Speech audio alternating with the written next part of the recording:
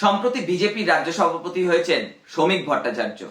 শ্রমিক ভট্টাচার্য রাজ্য সভাপতি হওয়ার পর থেকেই তার বিভিন্ন বক্তব্য নিয়ে রাজ্য রাজনীতিতে আলোচনা শুরু হয়েছে।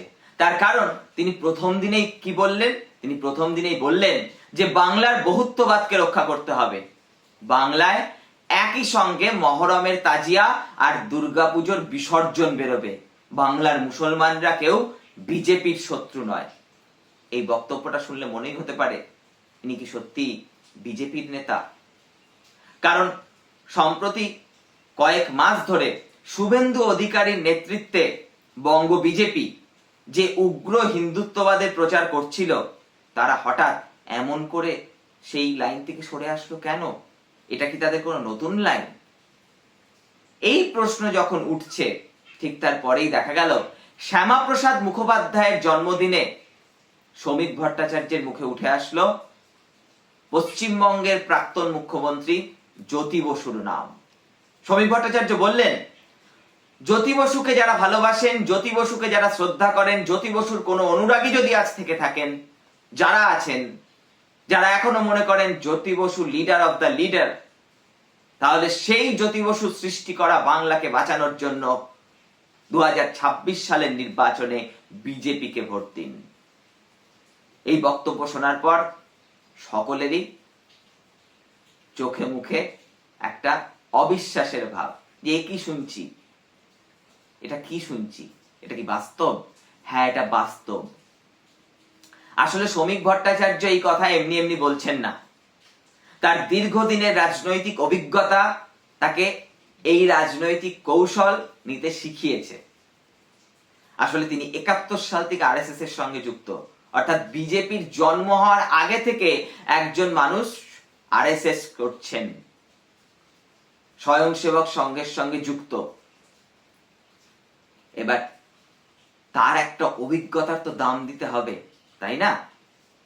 শ্রমিক ভট্টাচার্য বুঝে গিয়েছেন যে পশ্চিমবঙ্গে তার দলকে যদি ক্ষমতায় আসতে হয় বা তার দলের ভোট শতাংশ যদি বৃদ্ধি করতে হয়, তাহলে তৃণমূল কংগ্রেসের ভোট ব্যাংক ভাঙিয়ে তা বর্তমানে সম্ভব নয়।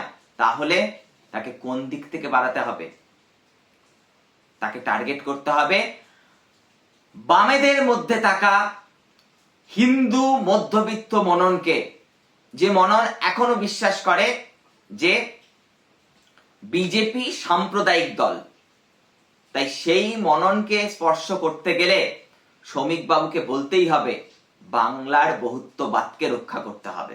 শ্রমিক বাবুকে টেনে আনতেই হবে এক সময়ের বঙ্গেশ্বর জ্যোতি বসুর নাম। কারণ জ্যোতি বসুর নাম আনলে এখনো অনেক বাম সমর্থকের মনে হিল্লোল ওঠে। কারণ পশ্চিমবঙ্গের বাম রাজনীতির সব থেকে জনপ্রিয় নেতার নাম এখনো পর্যন্ত জ্যোতি বসু। এটা অত্যন্ত গুরুত্বপূর্ণ একটা বিষয়। এবার শ্রমিক বাবু এই কৌশলটা বুঝে গিয়েছেন, তাই শ্রমিক বাবু চেষ্টা করছেন যে এই লাইনে তিনি তার দলের ভোট বাড়াবেন। কিন্তু তিনি শুধু বলে থেমে থাকবেন আর কেউ বলবে না, এমনটা তো হতে পারে না। এটার পরেই বাম নেতারা কটাক্ষ করতে শুরু করেছেন যে এই জ্যোতি বসুই একটা সময় বিজেপিকে বলেছিলেন বিজেপি একটা অসভ্য বর্বরদের দল। হ্যাঁ, জ্যোতিবাবু বলেছিলেন। তাহলে জ্যোতিবাবুকে শ্রদ্ধা জানাতে জ্যোতিবাবু যে দলটিকে অসভ্য বর্বরদের দল বলেছিলেন, সেই দলকে কেন ভোট দেবেন জ্যোতিবাবুর অনুরাগীরা?